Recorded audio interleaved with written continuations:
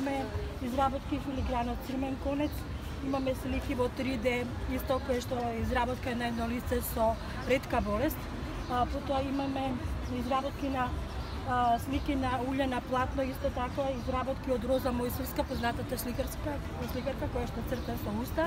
Покрај Роза Мојсовска тука ја учествува и Елизабета Петковска, која е лице со посебни потреби, исто со Даунов синдром. Она изработува рачно изработен накид, плетен од памучен конец, која што во своето време, слободно време си го изработува и воедно со тоа си обезбедува свој џепар, значи креативна е многу, мислам дека и нејзината тезга ќе ја забележите.